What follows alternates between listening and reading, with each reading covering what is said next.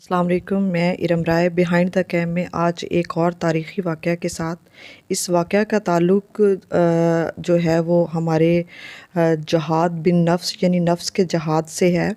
بے شک قرآن پاک میں بھی ہے کہ سب سے بڑا جہاد جہاد بن نفس ہے، ٹھیک ہے۔ اس کا یہ مطلب نہیں ہے کہ نفس آپ کو کسی بھی طرح راغب کرے تو آپ نے اس کے خلاف جنگ کرنی ہے، بلکہ یہ بھی ہے نا کہ آپ کو اچھائی اور برائی دو راستے بتا کر تو آزاد کر دیا گیا انسان کو۔ اب ظاہر سی بات ہے انسان جب برائی کی طرف جائے گا تو اس کے خلاف جو مطلب آپ کا نفس جب کسی برائی کی طرف جاتا ہے تو جہاد کرنا ہے، اگر اچھائی کی طرف جاتا ہے تو پھر نفس کے خلاف جہاد نہیں کرنا ہے۔ تو یہ ایک بڑا خوبصورت واقعہ تھا جو سلطان صلاح الدین ایوبی رحمۃ اللہ علیہ کے دور میں ہوا۔ ان کے جاسوسوں نے بتایا کہ ایک عالم دین ہے جو بہت اچھا خطاب کرتے ہیں، عوام میں مقبول بھی بہت ہو رہے ہیں۔ سلطان نے کہا کہ آگے کہو کیا بولتے ہو؟ جاسوس نے کہا کہ کچھ غلط ہے، ہمیں لگ رہا ہے لیکن ہم سمجھ نہیں پا رہے ہیں کہ وہ غلط کیا ہے، یعنی ہم محسوس تو کر رہے ہیں مگر اس غلط کو الفاظ میں بیان کرنے سے قاصر ہیں۔ سلطان نے کہا تم نے جو بھی دیکھا ہے، جیسا بھی دیکھا ہے، تم وہ بیان کر دو تاکہ میں اس کو دیکھ سکوں کہ اس میں کیا چیز ہے۔ جاسوس بولے کہ وہ کہتے ہیں کہ نفس کا جہاد افضل ہے، بچوں کو تعلیم دینا ایک بہترین جہاد ہے، گھر کی ذمہ داریوں کے لیے جد و جہد کرنا بھی ایک جہاد ہے۔ سلطان نے کہا تو اس میں تو کوئی شک نہیں۔ جاسوس نے کہا انہیں کوئی شک نہیں، لیکن اس عالم کا کہنا ہے کہ جنگوں سے کیا ملا؟ صرف قتل و غارت، صرف لاشیں، مال غنیمت، لوگوں کے اجڑے ہوئے گھر، جنگوں نے کیا دیا؟ یا تو آپ کو قاتل بنا دیا یا پھر مقتول بنا دیا۔ سلطان بہت بے چین ہو کر اٹھے، اسی وقت عالم سے ملنے کی ٹھانی،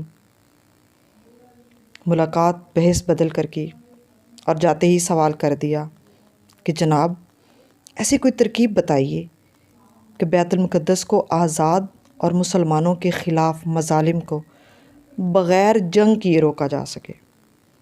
عالم نے کہا کہ دعا کریں۔ اب بظاہر دیکھیں یہ بہت اچھی چیز ہے نا کہ ہمیں دعا کرنی چاہیے، اگر ہمارے سامنے کوئی واقعہ ہو رہا ہو یا کچھ بھی ہو رہا تو ہمیں دعا کرنی چاہیے۔ لیکن وہاں پر سلطان کا چہرہ لال ہو گیا غصے سے، کیونکہ وہ سمجھ چکے تھے کہ یہ صلیبی فوج سے زیادہ خطرناک آدمی ہے جو بھی ہے۔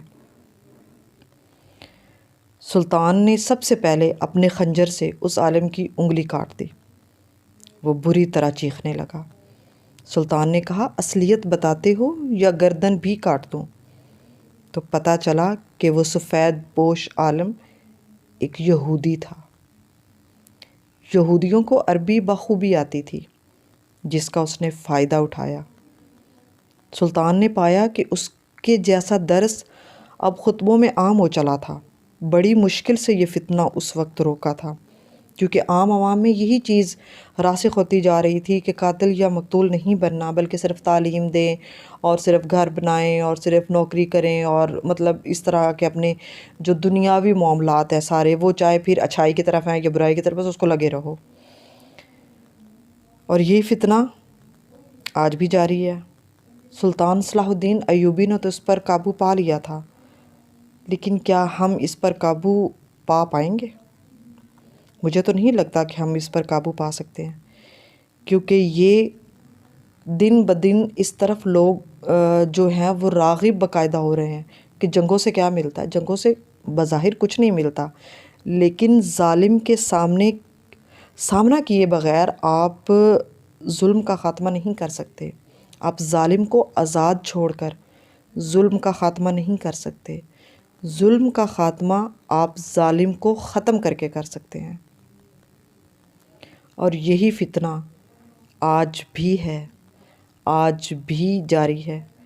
اگر محض باتوں سے آزادی یا ظلم کے خلاف کوئی چیز ملتی تو فلسطین آزاد ہوتا، کشمیر آزاد ہوتا، بوسنیا آزاد ہوتا، ایران، عراق جتنی تباہی یہاں پر مچی ہے نہیں مچتی۔